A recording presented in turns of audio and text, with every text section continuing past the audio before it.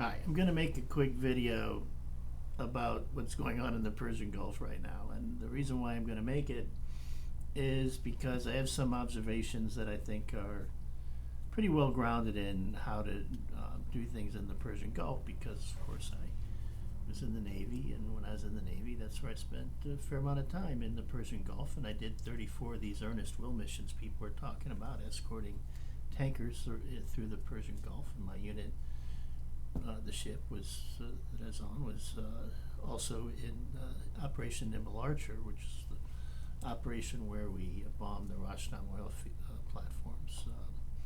Those famous old photos of the oil platforms going up in smoke. So I don't want to really be political about this because I don't know what information the U.S. government had or didn't have at the time they decided to do this or whatever. It definitely doesn't matter if it was a good bet or bad bet. And secondarily, we're in the early innings. It's way too early to tell how this thing happens. I mean, even if we have some setbacks, this could be the thing that eventually caused Iran to liberalize and become more democratic. We still know it's the wrong thing to talk about. But I want to talk about what's involved with escorting tankers through the Straits of Hormuz, and frankly, how easy it is for Iran to interdict and prevent access to the Straits of Hormuz. And so let's just kind of say, for example,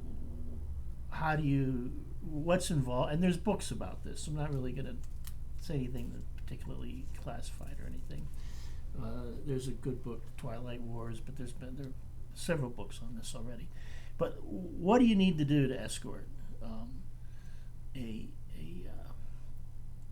series of oil tankers through the Straits of Hormuz if you're in the United States Navy? Well, one, you need Navy ships that are inside the Persian Gulf because that's where you start with. And we don't have any Navy ships inside the Persian Gulf. And if you're going to have Navy ships inside the Persian Gulf, you need to have support facilities. And we had a support facility at the U.S. Fifth Fleet was at a Navy base in Manama, Bahrain. Well, we don't have that Navy base anymore. The Iranians blew it up. And if you're in the Navy and you're driving around ships in the Persian Gulf, you need fuel. Well, looks to me like the Iranians blew up the places where I used to get fuel. So if you want to go ask yourself, why is this particular oil piece of infrastructure targeted or not? Some of those places are pretty familiar to me, and they're places where we got fuel, and they obviously have been destroyed. So the other thing is, and I really didn't spend much time outside the Persian Gulf in the North Arabian Sea with the aircraft carrier battle groups. Like I was strictly an inside the Gulf guy on a Navy destroyer. But the fuel that we got, even outside the Gulf, came from inside the Gulf. So with the Straits of Hormuz closed, like where are those guys getting their fuel? I don't know. Like maybe Houston, Texas, which seems like it's a lot further away than Kuwait. So why were we successful? We had logistics set up, and it's not just fuel. It's it's food, it's supplies, it's equipment it's parts when you have failures on your ship. There's the military has forms, right? You fill out a form. I need such and such. You're sitting there in San Diego. You fill a form. I need the following three things, and maybe they'll show up someday. If you're sitting on a ship and you're in the Persian Gulf and you filled that form out, I need the following three things. They showed up the next day. So we had logistical support that got stuff from someplace in Georgia to the Middle East to a helicopter to your ship in a day. It's really why the U.S. Navy, I can't really talk about the rest of the military, but the U.S. Navy in particular has been so successful all these years. It's these logistical resources we've had that they include our our tankers, the tankers that the government leases, the oil ships that the government leases, all of this logistical facilities, helicopter capability, carry on board delivery, aircraft capability, uh, regional facilities to fly stuff in and move things around, and fuel and food and spare parts and ammunition replenishment, which is particularly tricky because you can't do it. You can do the rest of this stuff at sea. You can't really do ammunition replenishment at sea for most things. You can change bullets or stuff, but not missiles. At least not most of the missiles. So we don't have the logistics in place in order to be successful. And we had it, but it got blown up. So we don't have it, and it's a very good thing. I really give a lot of credit to the admirals in charge of the Fifth Fleet and CENTCOM, Central Command. Right now, these are the people in charge of this. These festivities, but because they got all of our ships out of the Gulf before this started, and that's a very good thing. So presumably these ships are 500 miles to the south of the Straits of Hormuz anyway. I hope they are. The other thing is, if you're a ship and you're sitting in the Persian Gulf, you can shoot down a bunch of stuff. That's great, but what you really need is air support. Like, I thought the most valuable things we had on our ships was our command and control and communications, and the ability for me to get on the radio and call in air support. It's essential. Well, where's our aircraft carrier? Well, it's not sitting there 20 miles south of the Persian Gulf in the Gulf of Oman. Yeah, it's a couple hundred miles south in the Indian Ocean. So sure, they can go rally and fly a attack package in every day and bomb some stuff, but I don't know that you really can support 24/7 combat air patrol over ships in the Persian Gulf right now from the carrier. The carriers from where they're positioned right now. I doubt it. And the other thing is, we had on board our ships Army Special Forces helicopters, which gave us kind of local air superiority. So if you had those little swarmy boats coming at you, just calling those Army guys, they'd be happy to go blow them out of the water. So, and they were good at it. so like those were the most talented people I ever met in my military career. Were the 160th Aviation Battalion people. So it's not a matter of just say, oh, Captain so-and-so, take your Navy ship through the Straits of Hormuz, past all those missiles and drones and all that stuff that's going to saturate your defenses, and good luck to you. Go. And the other piece of this is, it was no easy task to form up the oilers themselves. Now, I didn't have anything to do with that. Every once in a while you had to get it. I actually didn't do it, but you have to go from your boat to the oil tanker and have a conversation about how the convoy was going to work. So it's like no easy task to actually form these people up. And so you've got to go form up the oil tankers. They're not going to love going through the Straits of Hormuz with a Navy ship that is none of these protections available. Like, part of it, the reason they want to go with you is because they think they can protect you. Then you got to go get them, and they're deep potentially in the southern Persian Gulf, the northern Persian Gulf. You're all the way up by Kuwait. So maybe they're up by Kuwait, maybe they're a little further down the Gulf than that. But fundamentally, I don't know, like, how long does it take to transit the Gulf from one side to the other? Maybe 20 hours, maybe.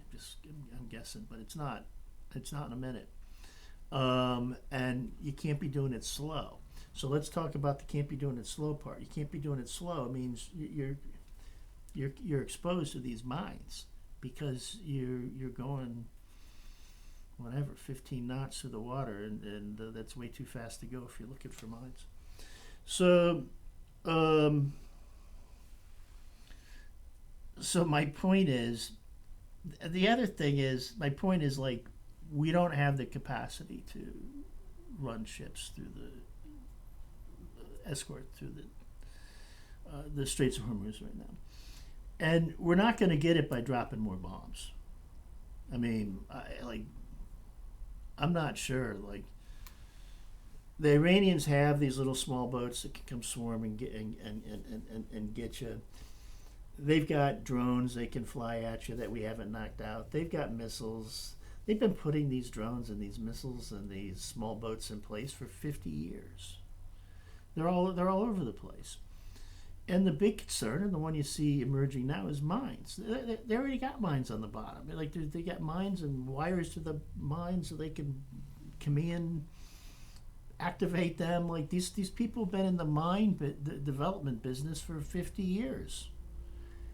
So it's just, they gotcha. And so the question is, can I go bomb these guys back into the Stone Ages until they change their mind? Now that's a political question. Well, and it's one, I mean, I don't think so. There's no evidence that I've seen that would support that claim. They don't, I mean, in my own view is, I mean, just go look at the Iran-Iraq war. These people, the Iranians cleared minefields by having their soldiers walk without guns through the minefield to go just get blown up. So no, I mean, I think the Iranians can take an awful lot of hate mail before they change their behavior, and they're not going to run out of missiles. They're just not. I mean, they've been building these missiles for 50 years. They've just been putting them in tunnels and caves and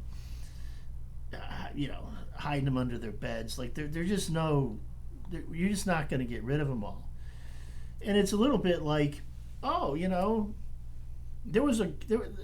bad guys shot at the policeman 10 times, and only one of the bullets hit him in the heart, and he died.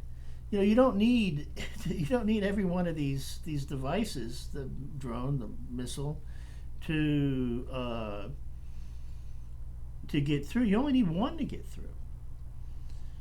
And that's what you've seen. That's why they've done so much damage. I mean, let's face it. Let's be clear. The U.S. Navy pulled its Navy ships out. They bombed our Navy support facilities, the Fifth Fleet, the places where we got fuel. They bombed all of our ground radar stations, so our situation awareness is degraded. We pulled our own non-Navy and Navy and civilian people out of the Gulf. The government, the U.S. has. Its Air Force bases have been hit. We removed our heavy Air Force assets, the tankers and the aircraft, the AWACS, the radar planes and things like that. They're in Europe. So sure, you can be in Europe on a tanker and go support a mission in the Persian Gulf, but it's a lot easier to start the day in Saudi Arabia, right? And they're not there anymore. So, and none of this works without gas, right? So then I hear, well, this is real easy. Just go get resupplied at Diego Garcia. Well, have you ever been to Diego Garcia? Like, there's no oil refineries there. There's no oil there. The only thing that's there is the oil that came from Kuwait that you stored in Diego Garcia. Now you can't get it from Kuwait anymore. So where's it going to come from? Rotterdam or Houston, or someplace in Asia somewhere. So this is the problem. It's a logistical problem, and it's a problem of assets. And I'm not. I'm giving high marks to the Navy admirals. Like, thank God they had the foresight to pull our Navy ships out, rather than be at the bottom of the ocean.